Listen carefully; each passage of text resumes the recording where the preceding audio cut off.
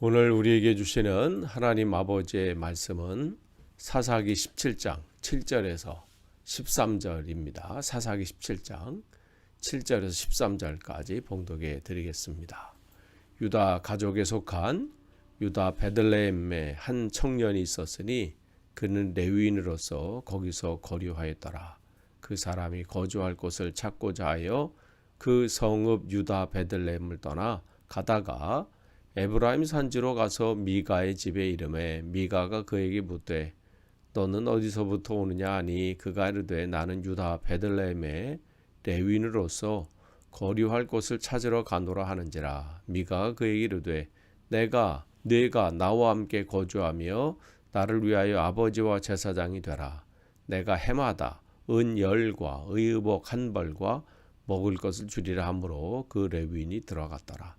그 레위인이 그 사람과 함께 거주하기를 만족하게 생각했으니 이는 그 청년이 미가의 아들 중 하나같이 됨이라.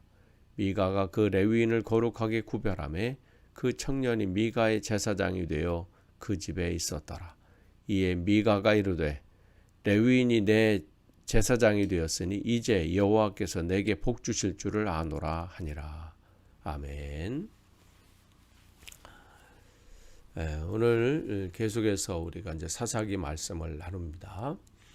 어제 말씀드린 대로 사사기 17장에서 21장까지는 삼손 이후에 그 다음에 일어난 일들을 기록한 것이 아니라 이 부분은 초반부에 나와 있는 내용입니다. 그 내용을 다시 뒤로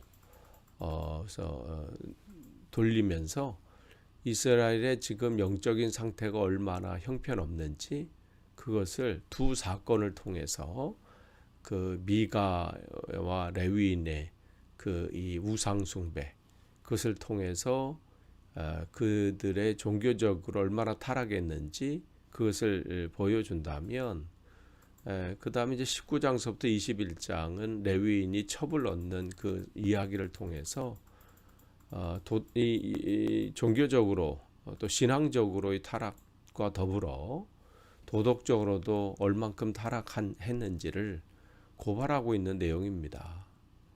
그러니까 지금 이 사사기 전체는 그 12명의 그 사사들이 등장하고 또 17장서부터 21장 끝장까지는 뭐 동일하게 암울한 이야기들이 나오잖아요. 그것을 통해서 사실은 사사기가 보면 마음이 무겁지요. 그러나 그것을 통해서 오늘을 점검하는 거예요. 나는 지금 사사시대처럼 그때는 왕이 없으므로 자기 소견에 오른 대로 행했다. 그러한 시대는 아닌가. 나는 진짜 하나님이 나의 삶의 왕 되심을 인정하고 그렇게 사는가. 아니면 입술로는 주여 하고 있는데 세상의 권력이, 세상의 돈이, 자식이, 세상의 다른 것이 왕이 돼서 나를 이끌고 있는가. 그것을 우리가 점검하는 시간이 되는 것이죠. 오늘 여기 보면 유다 가족에 속한 유다 베들레헴의 한 청년이 있으니 그 사람이 레위인이에요. 레위인이 왜 여기 베들레헴에 거주하고 있는지는 모르겠어요. 여호수아 21장에 보면 레위인이 거주해야 될 48개, 48개의 성읍들이 나오는데 베들레헴은 거기에 포함되지 않습니다. 그런데 왜 이 가정이 이곳에 머물러서 있었는지는 모르겠지만 그의 상황들을 우리가 이제 뒤에서 보겠지만 결국은 먹고 사는 문제 때문에 이곳으로 옮겨온 것이 아닌가 이런 생각이 듭니다. 또한 거기서 그가 또 떠난 것도 마찬가지예요. 베들레헴에서 거주하면서 지내다가 버티다가 더 이상 버티지 못해서 8절에 보면 그 사람이 거주할 곳을 찾고자 하여 그랬어요. 그러니까 지금 이 7절에 보면 거기에 거류하였다. 이 거류하였다라는 것은 뭐냐면 나그네 인생길에서 잠시 머문다는 거죠. 그러니까 거기 먹고 사는 것 때문에 살긴 살지만 편치 않은 거예요. 내가 거류해야 할 그 거류라는 단어를 쓰면서 잠시 있을 곳이라고 생각하는 것이죠. 그러니까 그렇게 살면서 어떻게 하고 있냐면 거주할 곳을 찾는 거예요. 거주한다는 것은 뭐냐면 그 온전히 거기에 이 뿌리박고 있기를 원하는 것이죠. 그렇게 찾고자 그 베들레헴을 떠나서 에브라임 산지로 지금 내려가는 겁니다. 그쪽으로 가는 겁니다. 이제 그쪽으로 가는데 거기서 누구를 만나냐면 이제 미가를 만나게 되죠. 미가는 어제 우리가 말씀 나눈 것처럼 그 나름대로 부유한 집안이에요. 또 산당도 있어요. 또 그가 그 안에 이 종교적인 어떤 시설들 그런 것들을 다 지금 만들어 놓고 또 자기 아들 중에 이 제사장을 하나 이제 나름대로 세워서 구색은 다 갖췄어요. 그러면서 하나님께 복 받기를 지금 기대하면서 하고 있는데 아무래도 찜찜한 건 뭐냐면 이 레위인이 아니고 지금 자기 아들 중에서 그냥 세웠으니까 그게 좀 걸리는 거죠. 그럴 때 이제 한 사람이 찾아오게 되는 거죠. 너는 어디서 오느냐 하니까 나는 유다 베들레헴에서 거하는 레위인으로서 거류할 것을 찾노라. 즉 거류라는 거 아까 말씀대로 그냥 잠시 지금 피할 곳을 찾는 거죠. 지금 너무 힘든 상황인데 이 힘든 이 상황을 좀 벗어나기를 원한다는 그런 내용입니다. 그러니까 지금 이 레위인이라고 하는 사람의 이 사명은 뭐예요? 왜 하나님께서 그들을 특별히 구별하시고 또 세우셨을까요? 성경이 우리에게 말씀하시는 것은 다른 그 이 지파 사람들은 한 곳을 정해 주셨어요. 그래서 그곳을 거주하게 하셨어요. 그런데 레위인들은 거류하게 하셨어요. 즉 한 곳에 머물지 않았어요. 그는 48개의 그 지역에 머물면서 또 하나님의 그 사명을 감당해야 될 일이 있으면 또 그들은 또 이 성소에 가서 그 사명을 또 감당하고 또 자기 순번이 아니면 또 자기가 보내신 그 이 지역으로 가서 그곳에서 하나님의 말씀을 그들에게 가르쳐는 사명이 그들에게 있습니다. 그러니까 그들에겐 12명 정도의 사람들을 하나님 붙여주셨단 말이죠. 그래서 그곳에 가서 그 지역에 가서 하나님의 그 일들을 감당하게 됐어요. 그런데 지금 그 일들을 감당하지 않고 어떻게 해요?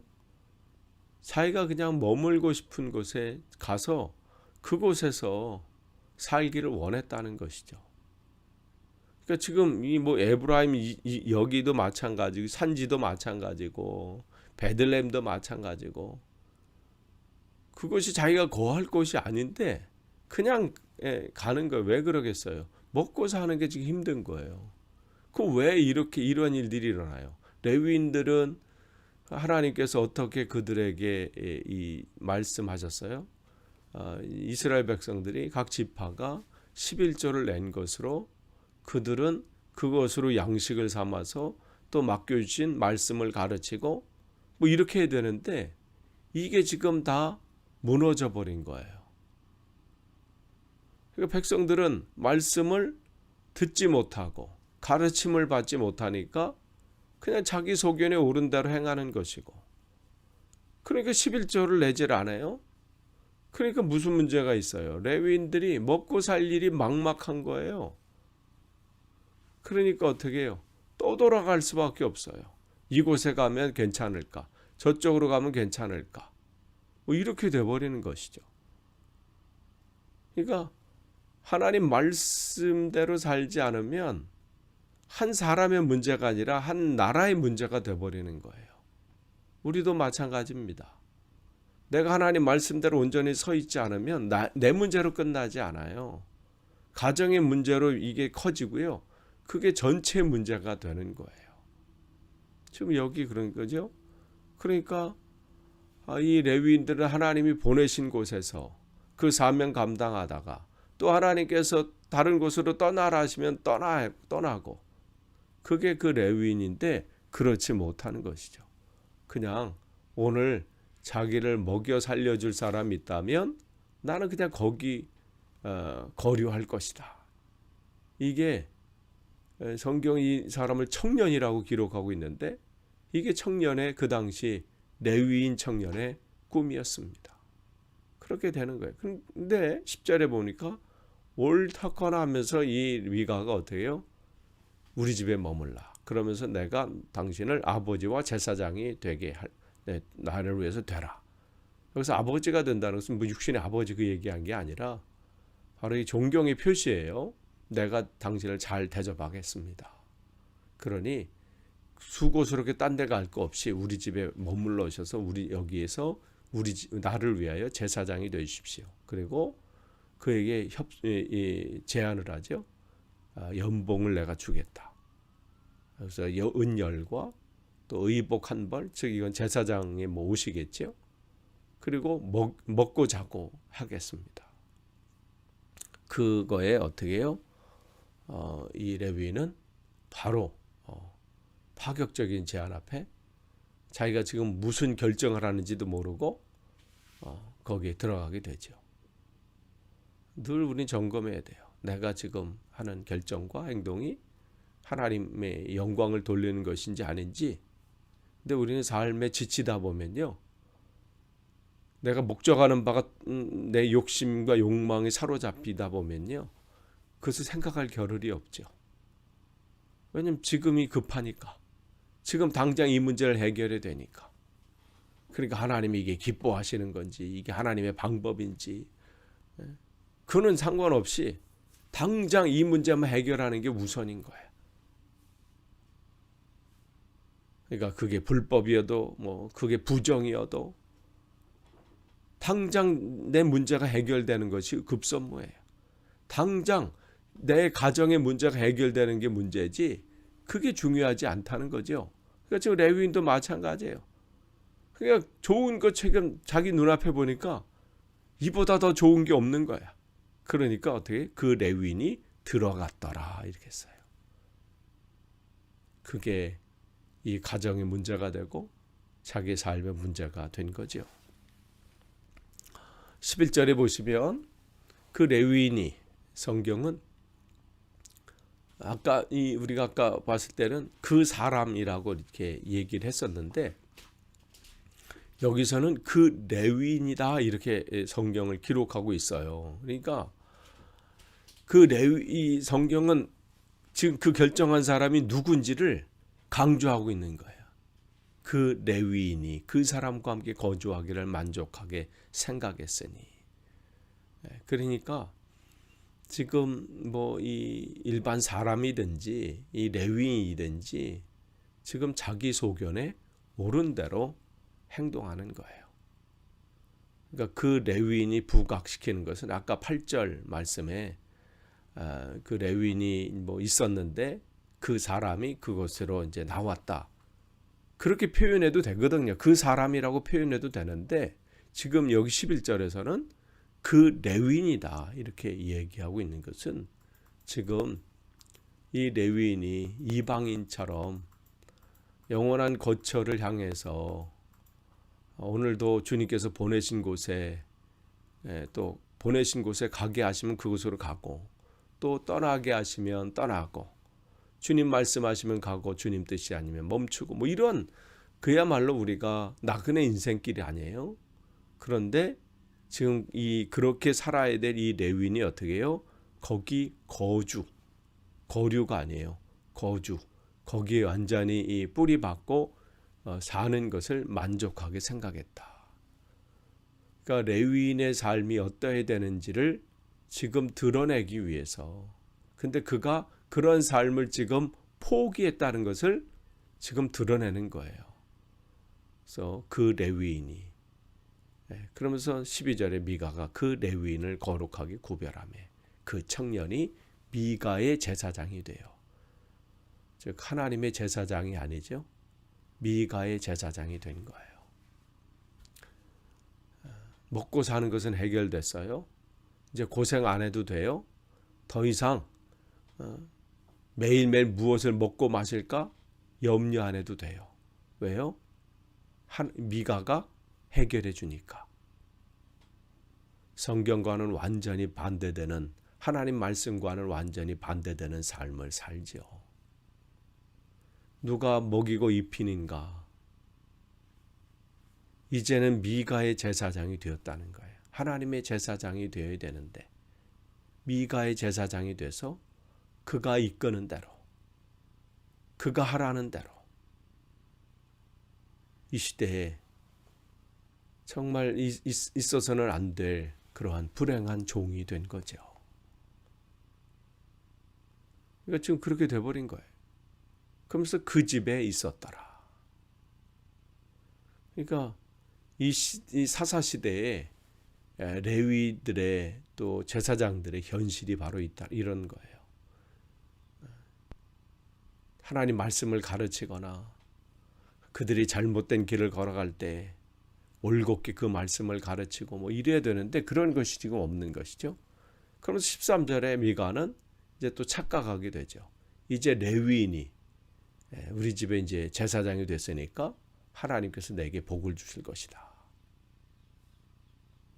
그러니까 하나님은 무조건 자기가 간구하면 들어주시는 분으로 착각하고 있는 거예요.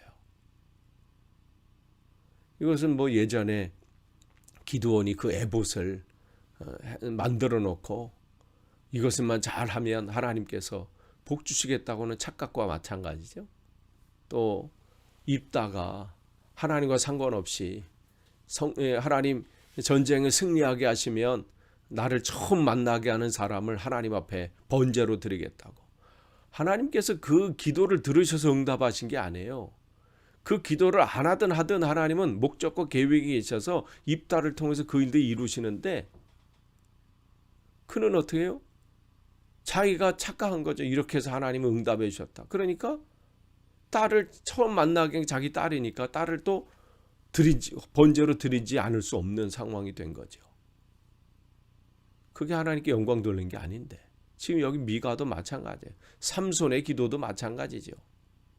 미가도 마찬가지예요. 우리 착각하면 안 돼요. 내 욕망을 위해서, 욕심을 위해서 기도한다고 하나님께서 들어주신다? 들어주시는 게 여러분을 망하게 하는 거예요. 그 하나님이 들어주시는 게 아니에요. 그걸 착각하면 안 됩니다. 하나님은 우리가 잘 되기를 원하세요. 근데 지금 여기 착각하잖아. 이제 세상이 내게 복 주실 줄 확실한 믿음에 여기 아노라라는 것은 확실한 믿음이에요. 근데 이 말씀, 이것에 또 가르침이 없으니까 지금 사사시대가 이렇게 엉망으로 가고 있는 거예요. 끝을 맺습니다. 우리가 말씀 앞에 그냥 대충 보는 게 아니에요. 잘 알아야 돼요. 제대로 알아야 됩니다. 그래야 제대로 살 수 있어요. 저도 마찬가지고 여러분도 마찬가지입니다. 아무쪼록 오늘도 하나님의 뜻이 무엇인지 분별하고 무엇을 결정하든 하든 무슨 일을 하든 하나님께서 이게 기뻐하실 건가를 한번 생각해 보는 거예요. 이게 하나님께서 원하시는 방법인가? 그렇게 오늘도 행하시기를 간절히 축원합니다. 기도하겠습니다. 하나님 감사합니다. 오늘 또 하나님 말씀을 나눴습니다. 무엇을 하든 어떤 삶을 가운데 있든 하나님 기뻐하시는 것이 우선이 되게 하시고 그것이 기준이 될 수 있도록 인도해 주옵소서.